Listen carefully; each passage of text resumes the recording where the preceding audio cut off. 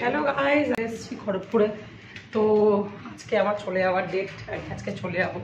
ওই জন্য আমার একটা ছোট্ট কাজ আছে, কাজটা মিটিয়ে তারপর আমি যাব। আর এখন যাচ্ছি ছাদে।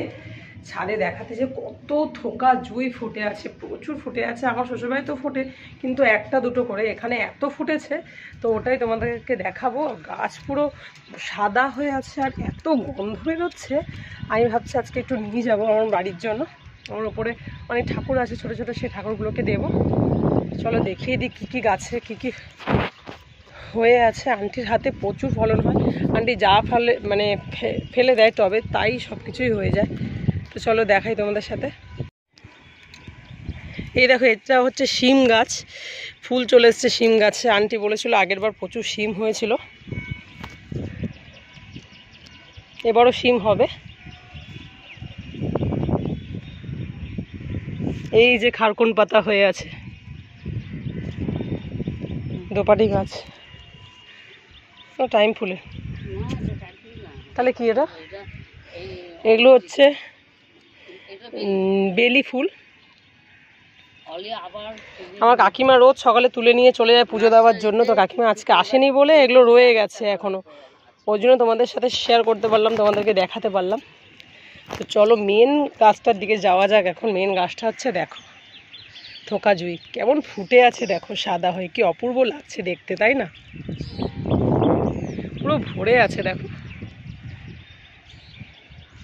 আর গন্ধ, এখানটায় দাঁড়ানো যাচ্ছে না, এত গন্ধ। দেখো ওই পাশেও ভরে আছে, এত ফুটে আছে, প্রচুর প্রচুর ফুটে আছে, প্রচুর ফোটে। ডালিমও হয়েছে, ছোট গাছ কিন্তু ডালিম হয়েছে। এই দেখো, এই একটা ডালিম, এই একটা ডালিম, আরও ফুল এসছে, অনেক হবে। প্রত্যেকবার প্রচুর কমলা লেবু হয়, এবারও কমলা লেবুর চলে এসছে।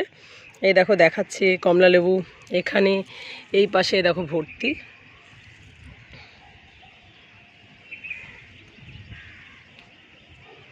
এই দেখো ভর্তি কমলা লেবু, ভর্তি কমলা লেবু। আর গন্ধরাজ গাছের কথা কি বলবো, গন্ধরাজ লেবুর গাছ দেখো সব সময় ভর্তি হয়ে থাকে গাছগুলোতে। দেখো কত বড়, দেখো গাছ কেমন ভরে আছে লেবুতে।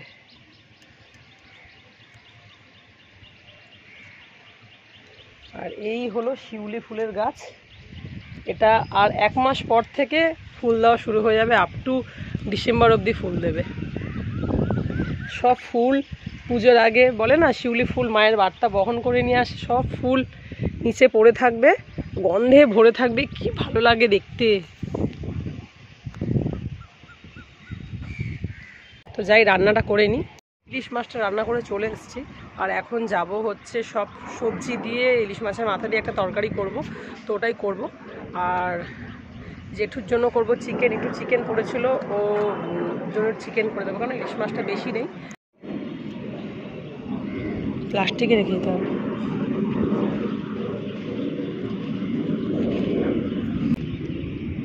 তুলে দে।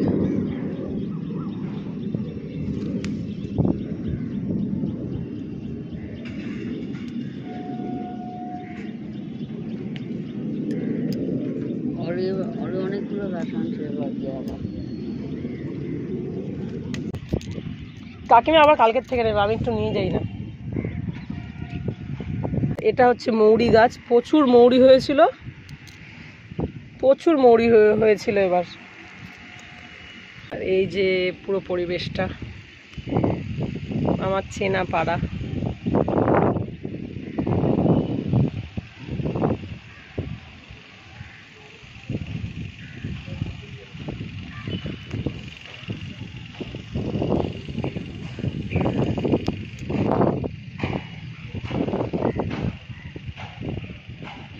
এই যে বপি সবজি কেটে রেখে দিয়েছে।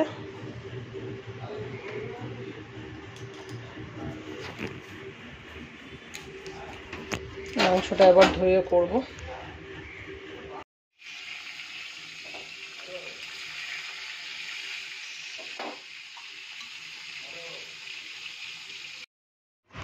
তো তো সবজিটাও প্রায় হয়ে এসেছে, আর একটু শুকনো শুকনো হয়ে গেলে নামিয়ে নেব। তারপর মাংসটা বসিয়ে দিয়ে আমি রেডি হতে যাব, কেন বেরোতে হবে আবার। তো খুব খিদেও পেয়ে গেছে, কি খাবো তাই ভাবছি। তো বপি বললো একটু পান্তা ভাত আছে, একটু খেয়ে নে পান্তা ভাত দিয়ে। আর চিকেন বেশি ছিল না, 2-3 পিস চিকেন ছিল, আর 2-3টে মেটে ছিল, কচকচে ছিল। তো ভাবছি একটা মেটে নিয়ে একটু ঝোল দিয়ে পান্তা ভাত একটু মুখে দিয়ে বেরিয়ে যাব।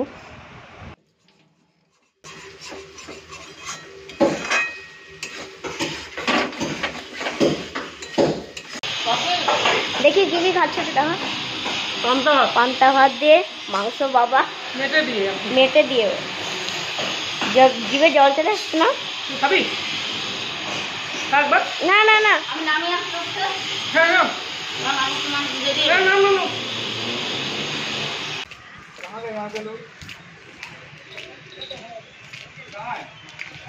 বাপি দেখ।